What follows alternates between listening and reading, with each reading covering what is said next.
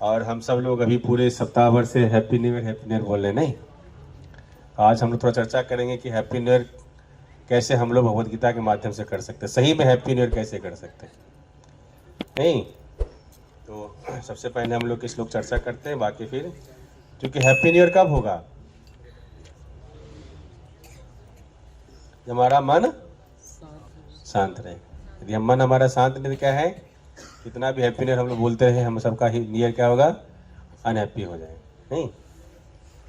भगवत गीता के दूसरे अध्याय के 66वें श्लोक भगवान बताते हैं, नास्ति बुद्धिरयुक्तस्य न च युक्तस्य भावना यच भावयतः शांतिर अशांतस्य कुतः सुखम।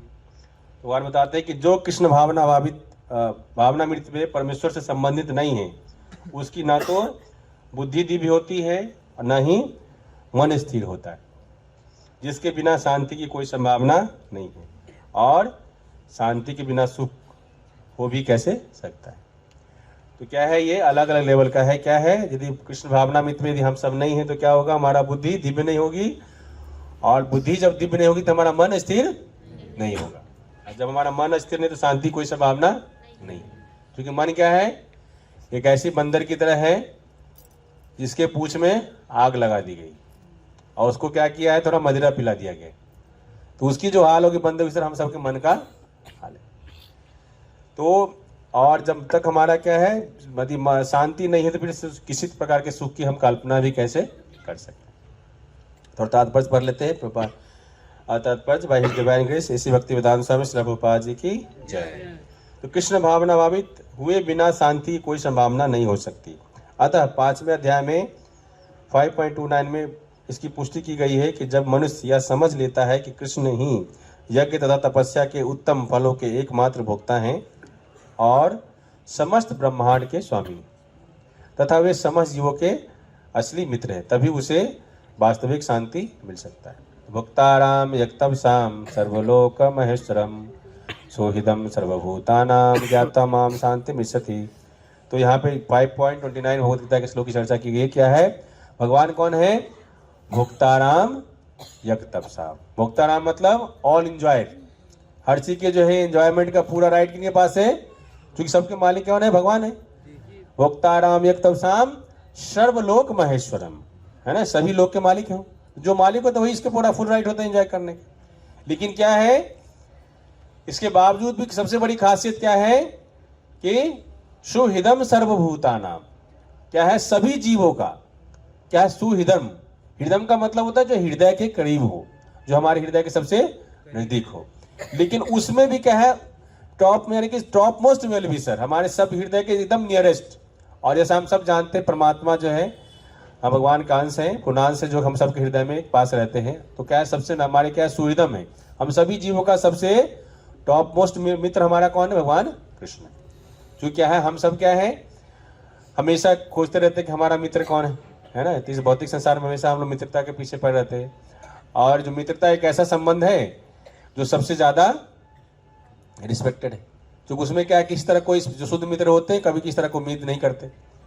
तो भगवान क्या है, देखिए पूरे ब्रह्मांड के मालिक हैं, सभी चीज के एंजॉयर है, लेकिन क्या है, उसके बावजूद भी हम सब क्या है, सबसे टॉप मोस्ट वेलविशर है। तो भक्ताराम यक्तवसाम सर्वलोक महेश्वरम सुहृदम सर्वभूतानाम, जो ऐसा जानता है वो क्या करता है, ज्ञातमाम शांति। तो क्या होता है, अक्सर क्या होता है ना, हम सब क्या है, जैसे कोई आज देश के प्राइम मिनिस्टर जैसे मोदी जी हैं, तो उनके जो वो जिनके मित्र हैं, है ना, मान लीजिए मोदी जी के जिनके मित्र होंगे, उनको कोई टेंशन की बात है क्या इस देश में? कोई जरूरत नहीं, कोई टेंशन की बात नहीं। कहीं तो क्या है, वो मोदी जी के फ्रेंड है। इस तरह क्या है, जो ब्रह्मांड के मालिक, मोदी तो इस एक कंट्री के मालिक हैं, लेकिन भगवान कृष्ण कौन है? हाँ, ईश्वर परम कृष्णा सचिदानंद विग्रह अनादिरादि गोविंदा सर्व कारण कारण। भगवान कृष्ण के पूरे जितने भी भौतिक आध्यात्मिक जगत जो है, सबके क्या है, भगवान मालिक। तो देख लीजिए, हम एक प्रधानमंत्री छोड़ दिए, एक सिटी का कोई IAS IPS यदि हमारा मित्र हो जाता तो हम बड़ा प्राउड में रहते हैं कि नहीं, मेरा दोस्त कौन है, IAS IPS, है ना। तो अगला लेवल वाले, तो उसमें हम लोग इतना ज्यादा कॉन्फिडेंट रहते हैं और घमंड में रहते हैं। लेकिन देखिए, पूरी ब्रह्मांड का मालिक हम सबके मित्र हैं, लेकिन अफसोस की बात क्या है, हमने अपनी उनके बीच, हमारी उनके बीच की जो मित्रता का संबंध है, हम क्या किए, हम भुला दिए। तो इसलिए क्या है, जो कृष्ण भावना भावित होने का जो ज्ञान विज्ञान है ना, Krishna conscious, the science of Krishna consciousness क्या है, उसी संबंध को क्या फिर से जागृति करने का है कि हमारा भगवान के साथ संबंध है, तो उस संबंध को क्या करना, हमें फिर से जागृत करना है। तो ये जो है 5वां अध्याय का जो 29वां श्लोक है, उसको शांति का फॉर्मूला बोलते हैं। क्योंकि क्या है ना, कई बार हम सबको क्या लगता है कि हम सबकी सबसे बड़ा अशांति का कारण क्या है, हाँ, expectation is the one of the root cause of frustration. ठीक है, तो मैं और मेरा, ये दो हम सब का देखा जाए तो जितने भी चाहे प्राइड हो, अशांति, सबका कारण क्या है, मैं और मेरा। क्योंकि मैं से क्या आता है, कंट्रोलरशिप की भावना आती है कि नहीं नहीं मैं करता हूं, मैं नहीं करूंगा तो क्या होगा, सब कुछ नहीं होने वाला है। और मेरा से क्या होता है, अटैचमेंट की भावना आती है, लगाओ, अरे मेरा है, कैसे कहीं भविष्य मेरा खो गया तो, है ना, कहीं मेरा जॉब चला गया तो, है ना। तो इस तरह का ये दो चीज जो है ना, मैं और मेरा, हम सब के समस्या का सबसे बड़ा जो है रूट कॉज। लेकिन जब हम ये समझ आते हैं कि एक्चुअली क्या है, हम तो करता है ही नहीं, असली करता तो क्या है, कोई और। हम सब क्या है, उस असली कर्ता के हाथ का क्या है, कठपुतली, जैसे वो नचाते हैं वैसे हम नाचते। जब ऐसा में समझ में आ जाएगा तो कोई सफलता होने पे भी हम बहुत ज्यादा नहीं, बहुत होता है कई बार सफलता पचाना बहुत डिफिकल्ट है, असफलता फिर भी लोग पचा लेता है, लेकिन सफलता पचाना बहुत डिफिकल्ट है। कुछ लोगों को थोड़ा सा पावर मिल जाए तो क्या बोरा जाता है। लेकिन जब हम ये समझते हैं कि असली कर्ता हम नहीं है, असली कर्ता कौन है, भगवान कृष्ण है, तो फिर क्या है, ना तो हम बहुत खराब वक्त में घबराते हैं, ना तो अच्छे वक्त में बहुराते हैं। क्योंकि हमेशा जो एक भक्त होता है, जिसको पता होता है, जो कृष्ण भावना में जो विज्ञान है, जो उनको पता रहता है, उनको पता है कि भगवान क्या है, सर्वलोक महेश्वर हैं और मुक्ताराम यक्तम साम है और हम सबके मित्र हैं। जब हमें ये तीन चीज पता होता है तो हमें टेंशन लेने की बात नहीं होती। तो इस जैसे मैंने बताया कि यदि शहर का कोई ऐसा एफएस हमारा मित्र हो तो हम बहुत रिलैक्स रहते हैं कि हमें कोई प्रोटेक्शन का टेंशन नहीं। तो इसी तरह जब भगवान के बारे में समझते हैं, क्योंकि असली शांति तभी हो पाएगी। अक्सर क्या हम सबका क्या है, सबसे बड़ा भय क्या है, हम सबका सबसे बड़ा भय क्या है, मृत्यु। हम सब क्या है, मृत्यु के भय से हमेशा, हम सब, कोई भी ऐसा दुनिया का शख्स नहीं जो डरता नहीं है, कुछ अध्यात्मवादियों को छोड़ दिए जाए तो। क्योंकि क्या है, देखा जाए तो मृत्यु का मतलब क्या होता है, आत्मा शरीर को छोड़ती है। ठीक है, और आत्मा शरीर को छोड़ के फिर तो मृत्यु का बेसिकली क्या है, नॉर्मली तो हम लोग समझते हैं, जैसे मेडिकल में हम लोग बोलते हैं कि नहीं हार्ट रेट जो है स्टॉप हो गया, हार्ट है ना, सांस लेना बंद हो गया, कोई एक्टिविटी नहीं है, ब्रेन काम नहीं कर रहा, उसको कोई चलो ठीक है डेड हो गया। लेकिन हमारा जो है, जो भगवत गीता का विज्ञान क्या बोलता है, मृत्यु का मतलब होता है एक शरीर, जो हमारा जो है शरीर क्या है, हमारा एक कपड़े की तरह, वासांस जीर्णानि यथा विहाय नावानि गृह्णाति नरो पराणि तथा शरीरानि विहाय जीर्णानि अन्यानि संयाति नावान देहि। कि जैसे क्या है, हम पुराने वस्त्रों को त्याग करके नया वस्त्र धारण करते, नया पुराने को फेंक देते। इस तरह आत्मा क्या है, ये 84 लाख प्रकार के शरीर जो है आत्मा धारण करती है। तो इस तरह से जो है हम देखते हैं कि देहांत का मतलब, जो हमारे शास्त्रों में क्या बोला गया है, देहांत। भगवान ही बोलते देहनो अस्मिन् यथा देहे कुमारम जौवनम जरा तथा देहांतर प्राप्ति धीरज दत्तन मोह्यते। ये जो देहांत बोला, इस देह का अंत एक्चुअली क्या है, हम मरने वाले वस्तु है नहीं। क्योंकि आत्मा के बारे में क्या बोला गया है, नैनम छिन्दन्ति शस्त्राणि नैनम दहति पावक न चैनम क्लिदन्तापो न शोषति मारुता। इवन आत्मा को क्या है, भगवान भी खत्म नहीं कर सकते, क्योंकि हम सब तो उनके अंश हैं।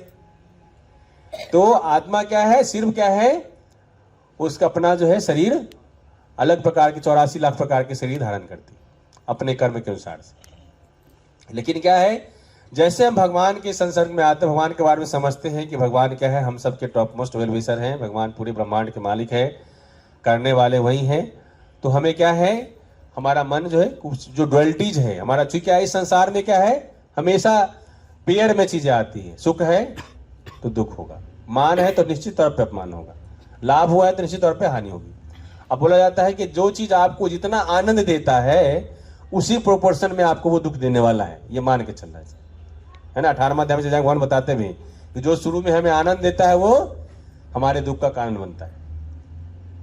तो इसलिए क्या है कि इस संसार में जो दूसरा, पहला शिक्षा हम लोग जो है शांति का फॉर्मूला हम जाने, क्योंकि हम जानते हैं कि बिना शांत जो है सुख के लिए क्या हमें शांत होना जरूरी है। और शांति भगवान जो है भगवत गीता के 5वें अध्याय में 29वां श्लोक बताए, जिससे हमने चर्चा की अभी। तो हम चूंकि क्या है शांति के लिए हमें जानना, भगवत गीता के प्रिंसिपल समझ लेंगे तो हमें क्या है, हमारा मन जो है ऑटोमेटिकली धीरे धीरे शांत होना शुरू हो जाए। क्योंकि मन का नेचर क्या है, मन क्या है, जब तक उसको लक्ष्य नहीं मिले, कोई मन क्या है, किसी भी आदमी को जब तक लक्ष्य की प्राप्ति नहीं होती क्या होता है, हम लोग अशांत होते हैं। जैसे हम लोग जब मेडिकल की तैयारी करते थे, जब तक सिलेक्शन नहीं हुआ था तब परेशान रहते थे, इस बार भी होगा कि नहीं होगा, है ना, कितना पढ़े ना पढ़े, अपना कॉन्फिडेंस हिलता रहता था। जब एक बार सिलेक्शन हो गया तो मन फिर शांत, एक डायरेक्शन कम से कम लाइफ को मिली, ठीक है अब कम से ये काम हम कर सकते हैं, हमारी जो इच्छा थी अब कुछ समय कर्म करने का। तो मन के अशांति का सबसे बड़ा कारण है क्या है, मन को अभी तक क्या है, लक्ष्य की प्राप्ति। और मन का जो असली लक्ष्य क्या है, भगवान पूरी गीता में बोलते हैं कि हम सबको क्या है, मन के बारे में बोला गया है, मन ही मनुष्य नाम कारणम बंध मोक्ष। मन हमारा क्या है, हम सबके बंधन का भी कारण है और हमारे मुक्ति का भी कारण है। यदि मन हमारा क्या है, विषय भोग में हम लगे रहेंगे, खाओ पियो ऐश कर उसमें लगे रहेंगे तो हमारा बंधन कारण, फिर हमें अपने कर्म के अनुसार से हमें अगला शरीर प्राप्त होगा। लेकिन क्या है, यही यदि हम, हमारा मन यदि भगवान में लग जाता है तो हमारा क्या है, यही हम सबके मुक्ति का कारण होता है। क्योंकि क्या है, सबसे बड़ी दुर्भाग्य की बात हम सबके लिए क्या है ना, कि एक आत्म, जो भगवत गीता क्या है, सेल्फ रियलाइजेशन का साइंस है, आत्म साक्षात्कार का विज्ञान है। क्योंकि ज्यादातर लोगों को, हम सब भले ही काफी हाईली एजुकेटेड लोग हैं, लेकिन हम सबको ये पता नहीं कि हम हैं कौन। और ये आध्यात्मिक जीवन की शुरुआत करने का सबसे पहला स्टेप वो ये समझना होता है कि हम शरीर नहीं, हम आत्मा है। तो इसलिए क्या है, जो ज्यादातर लोग, चूंकि क्या इसकी शिक्षा तो कहीं मिलती नहीं है, न किसी स्कूल में, न किसी कॉलेज में, न घर में। पहले तो घर में मिलती थी, लेकिन आज के तारीख में क्या है, घर में भी ऐसा माहौल है, इवन दादा दादी खाली बैठे हैं तो उनका भी ज्ञान क्या है, या तो व्हाट्सएप यूनिवर्सिटी का है या तो फेसबुक यूनिवर्सिटी का है। उनका भी ज्ञान शास्त्रों से आता नहीं। आजकल वो लोग ज्यादा बिजी है व्हाट्सएप फेसबुक पे, समझ गए। पहले के दादा दादी का ये काम हुआ करता था कि वो शास्त्र पढ़ते थे, पोता पोती को उनके पास समय हुआ करता था, जो शास्त्रों से कहानी सुना करते थे। प्रहलाद जी की कहानी, प्रहलाद महाराज के कहानी सुनाया करते थे, ध्रुव महाराज की कहानी सुनाया करते थे, है ना। तो इस तरह से कहानी बच्चा सुनते सुनते जो है घर में जो है खुद से मॉरल वैल्यू उनका जो है बहुत ज्यादा इनहांस हो जाता था। लेकिन आज के तारीख में क्या है, जो हमारे घर के जो सीनियर सिटीजन जिनके पास समय भी है, बट वो अपने समय को क्या है, उनको भी पता नहीं है कि शास्त्र में पढ़ना चाहिए। अब ये बताइए कि भगवत गीता के बारे में थोड़ा सा आप ही लोग से पूछ लेते हैं, भगवत गीता में कितने अध्याय हैं? नहीं, जो हाथ उठाएंगे आपने, ठीक है, अभी हो गया, खुला हो गया। भगवत गीता में कितने श्लोक हैं? 700 श्लोक, ठीक है, बहुत अच्छा। अगला थोड़ा सा डिफिकल्ट क्वेश्चन, अर्जुन कितना श्लोक बोले हैं? अब बताइए भक्त लोग, आप लोग बताइए, अर्जुन 4 बोले हैं? हरि बोल। तो पूरा गीता पलट जाएगी तो, है ना। अर्जुन 84 बोले हैं। और धृतराष्ट्र कितना बोले हैं? 1 बोले। कौन सा श्लोक? सबसे पहला, बहुत अच्छा, हरि बोल। और संजय कितना श्लोक बोले हैं? बताइए। 2 श्लोक बोले बस? नहीं, इतना कम नहीं, 41 बोले, ठीक है। और भगवान कितना बोले हैं? श्री भगवान उवाच कितनी बार हुआ है? 700 श्लोक बोले। अरे प्रभु जी, तो 700 पूरा भगवान ने बोले, बाकी फिर कैसे बोले फिर तो? 574। भगवत गीता में किस किस सब्जेक्ट की चर्चा की गई? थोड़ा आप लोग का जी थोड़ा टेस्ट कर लेते बेसलाइन। भगवत गीता में भगवान क्या क्या टॉपिक डिस्कस किए हैं? भगवत गीता में 18 अध्याय और 700 श्लोक की भगवत गीता है, जिसके प्रमुख पात्र हमने बताया 4 पात्र, धृतराष्ट्र, संजय, भगवान कृष्ण और अर्जुन। तो इसमें भगवान 5 टॉपिक डिस्कस किए हैं। क्या क्या टॉपिक है वो बताइए, बोलिए प्रभु जी। सिर्फ आपका कर्म है, फल की चिंता नहीं करनी चाहिए। वो तो ठीक है, वो तो ये कंपोनेंट कर्म, ठीक है। भगवान क्या है, चर्चा किया किसका? परमात्मा, उसके बाद जीवात्मा, उसके बाद प्रकृति, उसके बाद काल, उसके बाद कर्म। इस भौतिक संसार में याद है कि 5 टॉपिक, कुछ कोई टॉपिक है बचा हुआ? कोई और कोई टॉपिक बचा है क्या? नहीं बचा। तो भगवद गीता क्या है? ऐसा साइंस है, क्या है? हम लोग तो बाहर के बहुत सारा साइंस पढ़ते हैं, फिजिक्स पढ़ते हैं, केमिस्ट्री पढ़ते हैं, बॉटनी पढ़ते हैं, या फिर ज्योग्राफी पढ़ते हैं। तो बाहर का साइंस तो हम लोग बड़े बड़े पोथा पढ़ लिए हैं, है ना। जो भी हम लोग ग्रेजुएशन से लेकर जो भी पढ़े लिखे क्या है, इतनी मोटी किताब कितना अभी तक हम लोग पढ़ चुके होंगे। लेकिन हम सब के लिए कितने प्राउड की बात है कि हम लोग भगवद गीता ढंग से नहीं पढ़े। और समान आदमी की बात जो इवन पढ़े लिखे सोसाइटी में जो अपने आप को बहुत वेल एजुकेटेड बोलते हैं, जैसे हमारा प्रोफेशन डॉक्टर्स का है, हम अपने कलीग से पूछते तो हार्डली हमको लगता है 1% लोग भी नहीं पढ़े ढंग से। और पढ़ना और समझ के पढ़ना और उसके ज्ञान को अपने जीवन में शामिल करना, क्योंकि जब तक क्या है ना, ज्ञान और विज्ञान में क्या अंतर होता है? ज्ञान का मतलब थ्योरेटिकल ज्ञान हमारा हो गया, लेकिन विज्ञान क्या है, उसको हम प्रैक्टिकल जब करते हैं। तो भगवत गीता का तो ज्ञान जो है, जब तक उसको अपने जीवन में हम लोग लागू नहीं करेंगे तो क्या होगा? हम सबका जीवन में कोई परिवर्तन नहीं होने वाला है। बहुत सारे लोग मैं जानता हूँ, बोलता है मैं भगवत गीता पढ़ता हूँ, अभी भी नॉनवेज खाते हैं। वो अलग डिबेट का मुद्दा, क्या खाने, जो आज का टॉपिक नहीं हमारा, बट बताते हैं। तो कहने के बाद भगवत गीता ज्ञान तो हम लेते हैं, लेकिन भगवत गीता ज्ञान को अपनी लाइफ में नहीं शामिल करेंगे तो हमारे लाइफ में कोई परिवर्तन नहीं होने वाला है। तो इसलिए क्या है, भगवत गीता का जो देखिए पूरी दुनिया की यूनिवर्सिटीज में आजकल पढ़ाई जा रही है, लेकिन हमारे हिंदुस्तान में कहीं भी जो नहीं पढ़ाई जा रही है। वो तो प्रभुपाद जी के पास से इस्कॉन सेंटर के माध्यम से जो है ऐसा सिस्टम डेवलप किया जा रहा है धीरे धीरे कि भक्तों को, लोगों को भगवत गीता का सही रूप में ज्ञान दिया जाए। और कहीं जानकारी मिल रही है तो क्या है, बस कर्म ही पूजा है ना। बस इस तरह की बातें की जा रही है। जो होना था, जो हुआ वो भी ठीक था, जो होगा वो भी ठीक था, जो हो रहा वो भी ठीक। जब ठीक ही तो गड़बड़ क्या है फिर? तो ये जो जितने हम लोग भगवत गीता का सार हमको दी जाती है, सब क्या है, कहीं भगवत गीता लिखा नहीं हुआ है। तो इस तरह से भगवत गीता का ज्ञान जो है हम सबको लेना चाहिए, ठीक है। तो हम इस भौतिक संसार में चर्चा कर रहे थे कि डुअलिटीज हमेशा रहता है। अब भगवान ही बोलते हैं, मात्रा स्पर्शस्तु कौन्तेय शीतोष्ण सुख दुखदा आगम पायनम नित्योतांसी सस्व भारत। ये जो भौतिक संसार में क्या है, ये जो है, ये डुअलिटीज हमेशा आती जाती रहेगी। और हम सब अक्सर देखते हैं कि डुअलिटीज को बर्दाश्त नहीं कर पाते हम लोग। खास के देखते जब अच्छा वक्त चल रहा है तो भगवान में भरोसा अच्छा रहता है, नहीं ये तो सब प्रभु की कृपा है। लेकिन जहां खराब वक्त आया उसके बाद कोई भगवान नहीं होता है, सब मजे में, बस हमारा ही समस्या चल रहा है। लेकिन क्या हम सबका जीव का नेचर क्या है? चैतन्य महाप्रभु बताते हैं कि जीवेरे स्वरूप है कृष्ण नित्य दास। हम सब हमेशा क्या भगवान के दास है। जैसे हमारा ये हाथ है, इस हाथ को यदि हम 10 दिन भी नहीं खिलाएंगे फिर भी अभी ये हाथ क्या करेगा? हमारा सेवा करेगा नहीं, पहले हम उसको 10 दिन ना खिलाएं। लेकिन भगवान हम सब के बारे में बोलते हैं गीता में कि ममे वांसो जीव लोके जीवभूत सनातना मनस्ष्टान इंद्रियानि प्रकृति स्थानी कर सती, कि हम सब भगवान के क्या है? भगवान के शक्ति का अंश है हम सब। तो अंश का क्या ड्यूटी हुआ? जैसे हाथ हमारी सेवा करता है तो हम सब जीव जो भगवान के अंश है, तो पूर्ण परमात्मा की सेवा हमारा करना ड्यूटी, चाहे हमारे लिए अच्छा वक्त हो या खराब वक्त हो।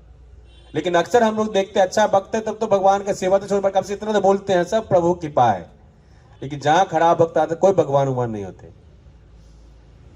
लेकिन क्या है, भगवान बताते हैं कि इस भौतिक संसार में जो भी आता है, ये शरीर जो भी धारण करता है, उसे क्या है, हमेशा 2 प्रकार की चीजों को बर्दाश्त करना सीखना चाहिए। क्योंकि कई बार हमें क्या है, जब मान मिल जाता है तो हम बहुत प्रफुल्लित हो जाते हैं, नहीं I am the best, I am the best. वही थोड़ा सा कुछ 2 उल्टा बोल देते तो पर्सन मेरे को कैसे बोल सकता है, मैं ऐसे कैसे हूँ, एकदम फालतू का आदमी है, कैसे बोल। उसी को इतना हम लोग कंटेम्पलेट करते रहते हैं कि दिन भर परेशान रहते हैं। 4 दिन तक हम लोग का मन अशांत रहता है। यदि हमारा मन अशांत रहेगा तो हम क्या है, हम सुख रह पाएंगे क्या? नहीं रुक। तो सुखी होने का जो दूसरा फॉर्मूला ये है कि हमें जब भी जिंदगी में, क्योंकि ये जीवन है, जीवन क्या है, एक समुद्र के वेव की तरह है, या सोच लीजिए शेयर मार्केट की तरह है। कभी ऊपर जाएगा तो कभी नीचे आएगा, कभी ऊपर जाएगा तो कभी नीचे आएगा। तो इस दोनों स्थिति में हमारा क्या है, मन को क्या करना है, संभाव बना के रखने का। क्योंकि क्या है, यदि अच्छा वक्त है तो भी नहीं रहेगा, खराब वक्त है तो भी नहीं रहेगा। इसीलिए परिवर्तन इस संसार का नियम है। इसलिए कभी भी डुअलिटी जाता है लाइफ में, चूंकि रिवर्सल्स ऑफ लाइफ तो आने रहेंगे। मतलब किसी की शादी हुई, बहुत प्रेम रहता है, डिवोर्स हो गया, देखिए केस चल रहा है। जो हमारा बात मानता है, जब तक हम बात मानते हैं तब तो बहुत अच्छे हैं, जिस दिन बात मानना हम जो क्या है सबसे बड़े दुश्मन हो जाते हैं। जैसे भौतिक संसार में यही चल रहा है, यही चल रहा है कि आप मेरा पीठ खुजलाओ, मैं आपका पीठ खुजलाऊंगा। जब तक ये कॉन्ट्रैक्ट चल रहा है ठीक है, जिस दिन मैंने ब्लॉक कर दिया, नहीं फालतू कर दिया। तो इसी तरह हम सबको ये समझ मान के चलना कि यही होगा ही होगा। यदि हमारा क्या है, जैसे अभी ठंडा है तो क्या कुछ दिन बाद गर्मी आ जाएगी, है ना। किस कहीं हमें मान मिला है तो हो सकता कोई मेरा पैर भी छू, तो मेरे कोई गाली भी दे हमको। भगवान भी जब धरा पे आए तो सब उनकी तारीफ की है क्या? नहीं की। तो ये सब हमें मान के चलना चाहिए। इसलिए कभी इस तरह की सिचुएशन हमारे सामने आए तो हमें क्या करना है, ये चीज हम भौतिक शरीर जब धारण करते हैं तो हमारे इंद्रियों के स्पर्श की वजह से सारा चीज आता है। क्योंकि आंख क्या है, वो देखता है, उसको अच्छा सा दिखना चाहिए। कान क्या है, हमेशा उसको तारीफें होते रहना चाहिए, आप बहुत अच्छे हैं प्रभु जी, आप सर बहुत अच्छे हैं, है ना, आप माता जी बहुत अच्छे हैं, हमेशा अच्छा सुनने का। थोड़ा सा कोई खराब बोल दिया तो देखो कितना फालतू आदमी, मेरे को कैसे कैसे बोल सकता है। और कभी यदि बहुत प्रॉफिट में है तो लॉस होगी। तो ये प्रिंसिपल ये भगवद गीता के जो दूसरे अध्याय के 14वें श्लोक है, भगवान बताएं कि हमें कभी भी जो है डुअलिटी से घबराना नहीं चाहिए। क्योंकि यदि घबराएंगे तो हमारा मन शांत हो जाएगा। तो इस तरह से हम दो शिक्षा से देखें हमारा मन शांत करने का। तीसरा फॉर्मूला हम लोग जानेंगे कि हमारा सबसे बड़ा दुश्मन क्या है आज के तारीख में। ठीक है, मन हमारा दुश्मन है, लेकिन दोस्त भी तो मन हमारा। तो कौन सा मन हमारा दोस्त है, कौन सा मन हमारा दुश्मन है?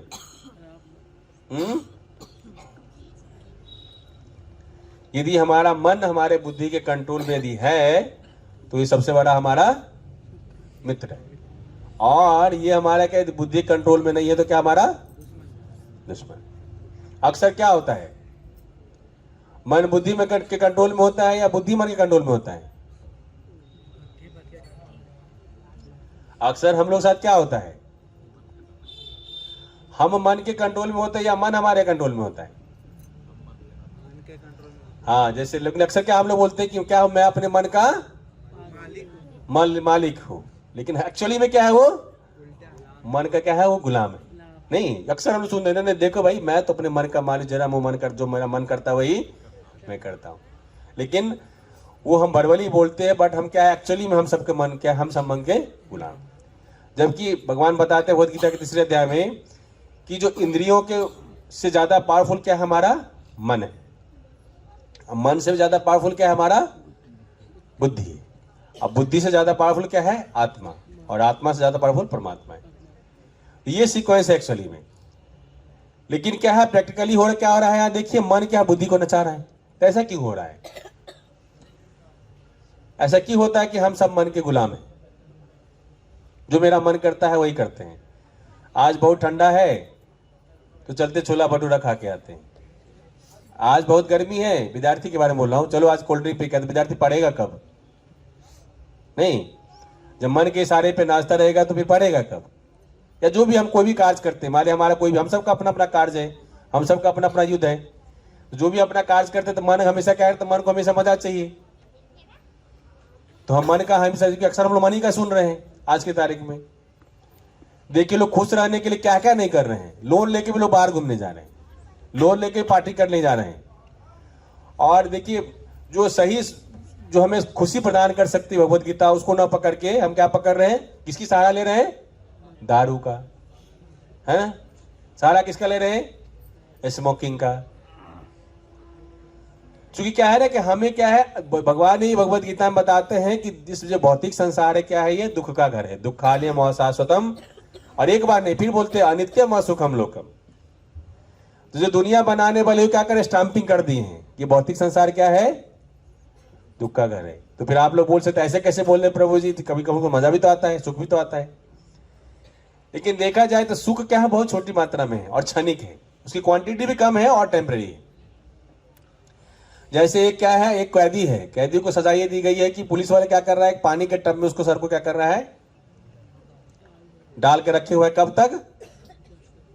जब तक लगता है जान न चले जाए। उसके बाद थोड़ी देर के लिए निकालता है, थोड़ा बहुत जिंदा रहने को सांस नहीं देता, फिर उसके बाद क्या करता है, फिर से डाल देता है। वही स्थिति हम सब की है। अब देखा जाए हम 24 घंटे में कितना मेहनत हम लोग करते हैं, कितना मेहनत करते हैं। पहले जाते ऑफिस जाते हैं, फिर पैसा लेके आते हैं, फिर सब्जी खरीद के लाते हैं, फिर बनाते हैं घर में जो भी बनाए, फिर खाते हैं, फिर सुबह उठते फिर भागते उसी के लिए जाते हैं। तो हमें थोड़ा सा सुख, थोड़ा सा खाने का हल्का सुख मिला, लेकिन उसके लिए कितना सारा मेहनत करना पड़ रहा है। तो कहने का मतलब ये जो भौतिक संसार क्या है, इसमें क्या सुख क्या है, एक तो टेम्पररी है और बहुत ही कम मात्रा में, ज्यादातर मात्रा में क्या है हमें स्ट्रगल मिलता है। लेकिन फिर भी हम सब क्या है यहाँ पे परमानेंट चाहते हैं, हैप्पीनेस चाहते हैं। किसी भी तरह से जो है यहीं पे एक बिल्डिंग से काम नहीं चलेगा, 4 बिल्डिंग बनाएंगे, है ना। कुछ सिक्योरिटी पैसा फिर भी हम चाहते कहीं ना ऐसा और पैसा मेरे पास आए। ये के प्रकार हमें जो किसी को भले हमको उसका कुछ हमें मार लेना पड़े, उसका अधिकार भी छीन लेना पड़े, हमारे यदि अधिकार सिद्ध हो जाता हम क्या करें, हम उसको धक्का दे के भगा देंगे। तो ये सब प्रवृत्ति हम सब की रहती है, क्योंकि हम क्यों चाहते हैं, हमें लगता है कि हम यहीं पर परमानेंट सारा चीज बना के रखेंगे। लेकिन क्या है, एक समय के बाद हम सबको छोड़ के जाना है। तो हमें अपना ड्यूटी करना है ऐसे बस कि हमारी आवश्यकता हो, हमारा काम चल। लेकिन हम सबका जो असली ड्यूटी है, हमारा शरीर का जो है, सिर्फ शरीर का ड्यूटी नहीं है हमारा, हम सब क्या है, आत्मा है, हमारा आत्मा की भी ड्यूटी है। और ये जो भौतिक शरीर के बारे में बोला गया है, जो भौतिक शरीर है क्या है, ये बहुत ही दुर्लभ है। प्रहलाद महाराज बोलते हैं कि दुर्लभम मानुष जन्मा तदपि अदुर्लभम अर्थतम, कि जो मानव शरीर क्या है, बहुत ही मुश्किल से मिलता है। 84 लाख योनियों में से सिर्फ 4 लाख योनियां मनुष्यों की हैं, और हम 84 लाख योनि भ्रमण करने के बाद हमें मनुष्य का शरीर प्राप्त होता है। हमारा शास्त्र, सभी शास्त्र ही बोलता है। बहुत सारे लोग बोल सकते हैं कोई नहीं, यही जीवन है, इसके अलावा जिंदगी मिले ना दोबारा। लेकिन भगवान गीता बोलते हैं जातस्य ही ध्रुवा मृत्यु ध्रुवम जन्म मृतस्य स, जिसने जन्म लिया उसकी मृत्यु निश्चित है, और जिसका मृत्यु है उसका पुनर्जन्म निश्चित है, जब तक कि उसे भगवत धाम की प्राप्ति ना हो जाए। जैसे हम लोग ग्रेविटी का फोर्स देखते हैं, एक सर्टेन लेवल के ऊपर हम लोग जाते क्या होता है, उस फील्ड में चले जाते हैं, है ना। और जब तक नीचे ना तब क्या धरती की में आ जाते। तो यही क्या है, आध्यात्मिक जगत है, भौतिक जगत है। और शास्त्र में वर्णन है कि जो भौतिक संसार है 1/3 है, जस्ट 25% है, और आध्यात्मिक जगत क्या है 75%। और आध्यात्मिक जगत के बारे में बोला गया है कि बैकुंठा, मतलब क्या, वहां पे किसी प्रकार की कुंठा नहीं है। जैसे यहाँ पे क्या क्या कुंठा, असली कुंठा क्या, हम सब क्या कष्ट, हम सबका असली जन्म, मृत्यु, रोग, बुढ़ापा। हाँ, हम सबका असली कष्ट ये नहीं है कि हमारा जो नौकरी नहीं लग रही है, या मेरा बेटा का नौकरी नहीं लग रहा है, या हम बीमार चल रहे हैं, बीमार तो है सॉरी, ये हमारा असली कष्ट क्या है, जन्म लेना, जन्म, बुढ़ापा, बीमार और मृत्यु, ये हम सबका ये असली कष्ट है। और ये ऐसा कष्ट है कि दुनिया का कोई भी शख्स हो, कितना भी व्यवस्था कर ले, कितने बड़ा डॉक्टर क्यों ना हो, वो भी 4 से नहीं बच सकता है। चाहे कितना बड़ा मिनिस्टर है, कितना बड़ा पैसा वाला आदमी क्यों ना हो, जैसे माइकल जैक्सन था, उसकी इच्छा थी कि हम 100 वर्षों तक जिएंगे। पूरे सभी ऑर्गन का अलग अलग ट्रांसप्लांट का हिसाब किताब कर लिया था, कोई भी मेरा ऑर्गन खराब होगा उसके रिपेयर के लिए तैयार रहेगा। लेकिन हार्डली 50 साल के आसपास निपट लिया। तो हमारा सबका जो असली शरीर का जो है, हम सबका क्या, जैसे आज के तारीख में क्या होता है, किसी के बेटा यदि अमेरिका चला जाए तो कितने सम्मान की बात होती है, जो जाता है उसके लिए, और जो परिवार वाले बड़ा इसमें रहते हैं, प्राइड में रहते हैं कि नहीं मेरा बेटा तो अमेरिका चला गया। लेकिन अमेरिकन क्या चार्जेस से बचे हुए हैं क्या, अमेरिकन को भी ये 4 चीज सफर करना ही पड़ेगा, जन्म, मृत्यु, जरा, व्याधि। तो यदि अमेरिका में जाके हमारा इससे यदि छुटकारा नहीं मिले तो फिर क्या फायदा हुआ। आज देखिए आदमी हार्डली कितना साल, यानी कि 60, 65, 70 साल जी रहा आज की तारीख में। उसमें से देख लीजिए शुरू का 25-30 साल ऐसा स्ट्रगल में जीता है, पता नहीं चलता है। बाकी का 18-20 साल फिर वही है, जो नौकरी मिला फिर वही काम करते बच्चे, फिर पढ़ाई उसमें हो जाता है। लास्ट फिर क्या है, लोग आंख में रोशनी नहीं है, कान में सुनने का हियरिंग एड लग गया है ना, मुंह में दांत नहीं है, ये स्थिति हो जाती है। और हर जोड़ों में दर्द हो, हमेशा मल्लम लगाने व्यस्त रहते हैं हम लोग। तो हम सब क्या हर ऐसे व्यस्त है कि फिर भक्ति कब करेंगे। क्योंकि क्या है कि हमारे शास्त्रों में क्लियर कट लिखा हुआ है कि इस भौतिक जगत के अलावा क्या आध्यात्मिक जगत है। भगवान में गीता में कई जगह बताते हैं, न तद्भासते सूर्यो न शशांको न पावका यद गत्वा न निवर्तन्ते तद धाम परम मम, कि भगवान बताते अपने धाम के बारे में कि वहां क्या है, कोई सूर्य चंद्रमा की आवश्यकता नहीं है। वो सब धाम है हमारे स्वतः भगवान के ब्रह्म ज्योति से प्रकाशित है। और यद गत्वा न निवर्तन्ते तद धाम परम मम, वहां जाने के बाद कोई दोबारा वापस नहीं आता। अरे अमेरिका से कोई इंडिया नहीं वापस है तो भगवान के धाम की कितनी फैसिलिटी सोच लीजिए। जब अमेरिका में इतनी फैसिलिटी है तो भगवान के धाम में क्या फैसिलिटी होगी। वहां कोई किसी को बुढ़ापा नहीं होता है, सब 18 साल के बने रहते हैं, है ना। किसी को कोई स्ट्रेस, कोई जलन, चिंता फिक्र नहीं है।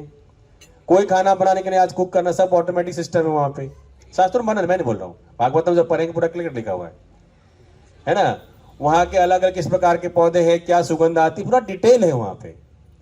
लोग कितना प्रेम से रहते, सौहार्द से रहते, कोई टेंशन। यहाँ क्या हम लोग थोड़ा सा कोई हमसे आगे निकल जाए, हमें क्या होता है, इससे हम सब लोग 6 बीमारी से ग्रसित हैं। क्या क्या हम सबका बीमारी है, काम, क्रोध, लोभ, मोह, मद, मत्सर, है ना। ये सब लोग इतना बीमार है कि हमेशा जो है इससे बाहर से निकलने का प्रयास करते हैं, कि प्रयास हमारा हमेशा विफल रहता है। लेकिन बोला जाता है कि भगवान का जो धाम है वहां पे सब कोई समस्या नहीं। देखिए आज के तारे में कोई बूढ़ा नहीं होना चाहता है, लेकिन प्रकृति क्या करती है, उसे जबरदस्ती घसीट के बूढ़ा करती है। चलो बूढ़ा बन, है ना। जब हम यंग होते हैं कितना सारे बाल हुआ करते हैं, अब धीरे धीरे क्या सब बाल खत्म हो गए। जब मैं अपने कॉलेज का फोटो देखता हूँ तो लगता है क्या वो अलग दिन थे। तो कहने का मतलब कि टाइम, जो समय काल ऐसा फैक्टर होता है कि हम सबको धीरे धीरे काल अपने आप देखिए देखा जाए तो क्या हम लोग क्या है, हर एक एक सेकंड क्या हो रहे हैं हम लोग, हाँ एक एक सेकंड हम लोग मृत्यु के नजदीक जा रहे हैं। नहीं, लेकिन हम लोग क्या करते हैं, बर्थडे मनाते हैं। नहीं, काहे का बर्थडे नहीं, तो देखा जाए तो बर्थडे क्या है, खुशी का पल है कि दुखी का पल है। आइडिया दुखी का पल होना चाहिए। नहीं, अरे यार मेरा 1 साल और कम हो गया, फिर भी मनाते हैं। ये सबसे बड़ा मोह है। ये एक्चुअली ये हमें पता नहीं कि हमारा क्या है, जिंदगी का लक्ष्य क्या है। तो इस प्रकार से हम लोग देखते हैं कि हमारे शास्त्रों में साफ सब क्लियर कर विवरण है कि नहीं ऐसे भगवान का धाम ऐसा है, और वहां के जाने का जो तरीका क्या है, कृष्ण भावना भावित होने का जो विज्ञान है उसे हम सीखना, भगवद गीता सीखने का है।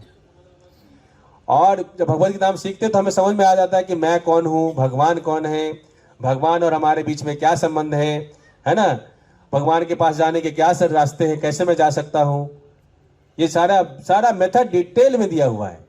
लेकिन क्या है, हम सब जो है जानने का कोशिश नहीं करते, जरूरत ही फील होता है। मैं कुछ दिनों से मैं अपने चैम्बर में जितना भी मेरा मेडिकल MR लोग आते हैं सबसे मैं पूछता हूँ कितना लोग गीता पढ़ते हो। हमको लगता है कि एक भी बंदा ने बोला है पढ़ा। अभी तक मैं कम से कम 400-500 लोगों को तो पूछ चुका हूँ, और जो बोला है पढ़ा उसे मैं अगला सवाल किया कि कितने अध्याय भगवत गीता में, तो फिर वही फेल हो गए। तो कहने का मतलब है कि देखिए हमारा बेटा अमेरिका चला जाए उसके लिए हम इतना प्रयास करते हैं, हम इतना खुश रहते हैं, लेकिन मेरा बेटा भगवत धाम जाए इसके लिए हम कुछ नहीं सोचते। जबकि शास्त्रों में बोला गया यदि हम अपने बच्चे को, चाहे वो माँ हो, पिता हो, गुरु हो, या जो कोई टीचर, यदि हम उसको क्या करते हैं, भगवत धाम जाने के लिए यदि उनको ट्रेनिंग नहीं देते हैं तो हम अपने पिता होने का, माँ होने का कोई धर्म नहीं निभा रहे। हम सबका ये बहुत बड़ी जिम्मेदारी है। ठीक है, भौतिक ज्ञान भी हमें देना है, शरीर के पापी पेट का सवाल है, ध्यान देना है, लेकिन हमें आध्यात्मिक ज्ञान भी देना है कि इस शरीर का पालन करते हुए जब भी शरीर छोड़ना पड़े तो वो भगवत धाम को जाने की स्थिति में हो। ऐसा नहीं हो, देखिए अब आजकल हम इतनी तरह की इंश्योरेंस की बात करते हैं, टर्म इंश्योरेंस ले लो, तो हेल्थ इंश्योरेंस ले लो, तो रिटायरमेंट इंश्योरेंस ले लो, लेकिन जो सबसे बड़ा इंश्योरेंस है, इस जन्म में बड़े डॉक्टर IAS हो सकते हैं, अगले जन्म में क्या हो जाएंगे, हम कुत्ता बन जाएंगे, है ना, शुगर बन सकते हैं, कुछ भी बन सकते हैं, कोई भी बन सकता है। तो यहां जो इंश्योरेंस की बात, इस इंश्योरेंस के बारे में कोई नहीं सोचता है। जो 50-60 साल की, 70 साल की चीज है, उस इंश्योरेंस के लिए हम इतना परेशान रहते, इतना पैसा कमा रहे हैं। हेल्थ इंश्योरेंस में 40 लाख, 40,000 साल का, है ना।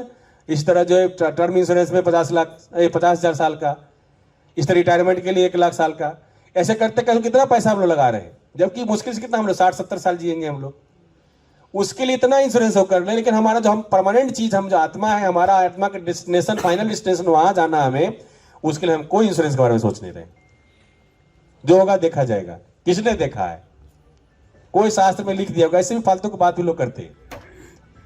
लेकिन वही किताब जिससे हम बाकी ज्ञान लेते, उस किताब पे भरोसा है।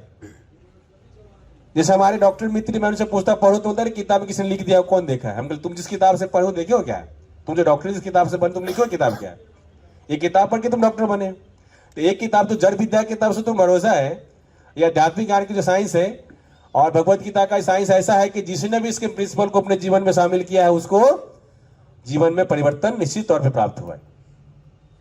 चाहे वो अमेरिकन हो, चाहे इंडियन हो, चाहे ऑस्ट्रेलिया का आदमी हो, प्रभुपाद जी की कृपा से भगवत गीता का जो है ज्ञान पूरे विश्व में फैला हुआ है। तो जिस लोगों ने भगवत गीता ज्ञान लिया उसके जीवन में परिवर्तन निश्चित तौर पर हुआ है। तो इसलिए क्या है, हम सबका जो असली गोल है उसके बारे में हम लोग बिल्कुल अवगत ही नहीं, हमें जानकारी नहीं है। दुर्भाग्य की बात, हमें पता ही नहीं है। हमें भी शायद 2-3 साल पहले मुझे पता नहीं था। तो इसलिए क्या है, आप सब सौभाग्यशाली है कि रामगढ़ में प्रभु जी की व्यवस्था से सब लोग भगवत गीता ज्ञान के लिए यहाँ पे आते भक्त लोग। तो आप सब लोग भगवत गीता ज्ञान सीखिए और अपने जीवन को सार्थक करिए। तो इस तरह से जब हम आगे फिर देखते हैं, हमारा क्या है, सबसे बड़ा डेंजर क्या है लाइफ का, डेट तो हो गया वो लगन, हमारा एंगर, गुस्सा। हमारा गुस्सा क्या है, हम सबका क्या है, हमेशा क्या हमको क्या कहते, फंसा देती है। तब जब भगवत गीता का दूसरा अध्याय पढ़ेंगे तो वहां उसमें क्या है, भगवत गीता के दूसरे अध्याय में बताते हैं कि गुस्सा को कंट्रोल, गुस्सा का क्या मैकेनिज्म है, गुस्सा क्यों आती है। तो भगवान बताते हैं कि दाय तो विषयान पुंस संगस्ते शुभ जायते संजात संजायते कामा कामात को वह भी जायते। तो क्या है, गुस्सा में क्यों आती है, गुस्सा का असली रीजन क्या है, इच्छा की पूर्ति नहीं होना। इच्छा क्यों करते हैं,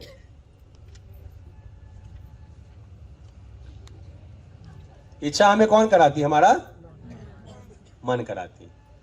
तो यदि हम क्या है, हमारा यदि इच्छा की पूर्ति यदि हो जाती है तो क्या होता है, और इच्छा की पूर्ति नहीं होती है तो क्या होता है।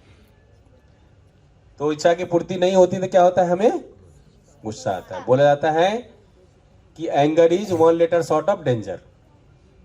यदि गुस्सा को हमको कंट्रोल करना नहीं यदि सीखने आया है, how to control the anger, तो हम कभी फंस सकते हैं, कभी भी ऑफिस में भगा जा सकते हैं, किसी लोग से हमारा संबंध खराब हो सकता है। क्योंकि क्या है, जो बात का जो तीर है वो क्या है, ज्यादा खतरनाक होता है, ज्यादा डैमेज करता है, ज्यादा दिन की जो है धनुष का तीर होता है, है ना।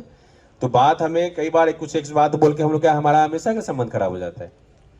इसलिए क्या है, भगवान बोलते हैं कि कोई विषय, कोई चीज बहुत ज्यादा इच्छा करते हैं।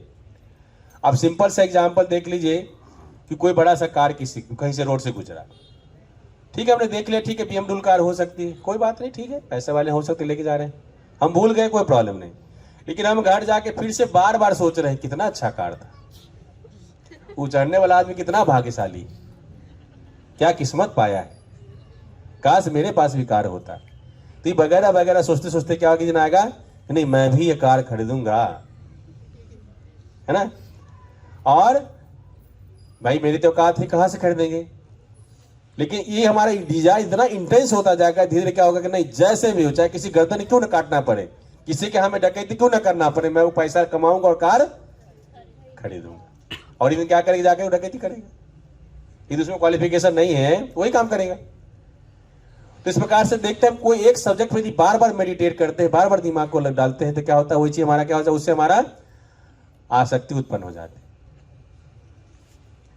और वो यदि हमारी इच्छा पूरी हो गई तो क्या होता है, लोभ होता है, और मुझे चाहिए BMW हो, उससे अगला वर्षन वाला कार 2 साल बाद मैं खरीदूंगा। मैं एग्जाम्पल ले रहा हूं।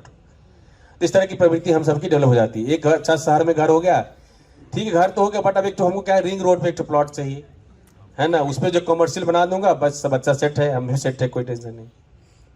इस हम तरह की इच्छा होती रहती है, और उसके चक्कर में क्या हम लोग कई बार गलत पे गलत पे गलत पे गलत किए जाते हैं। हमें पता नहीं चलता है कि हम जो कार्मिक साइकिल में आ रहे हैं, इससे हमारा अगला पतन क्या होने वाला है।